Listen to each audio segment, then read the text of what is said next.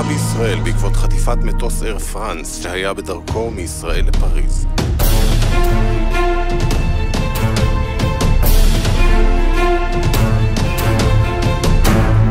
ממשלת ישראל הכריזה על מצב חירום, והמונים התכנסו בכותל להתפלל לשלומם של הנוסעים החטופים. Out! Move! Out! Stand over here! Hands up! Up! Hands up! שם?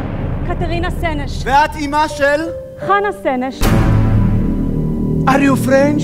Oui. Are you Israeli? למה הם פשוט לא נוסעים לשם ומביאים אותם? כי אי אפשר לחלץ אנשים במרחק 4,000 קילומטר מכאן. אני לא יכולה לעלות ולשחק כשהבן שלי חטוף באנטבה. מחכים לך בתיאטרון.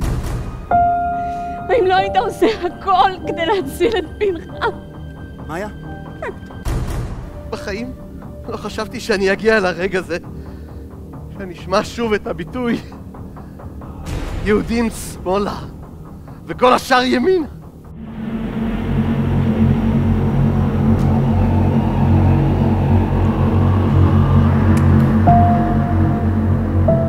יום יבוא, ואולי הדברים יהיו שונים. בני אדם לא יפגעו בבני אדם. לא תהיינה עוד מלחמות, ואימהות לא תיפרדנה מילדיהן.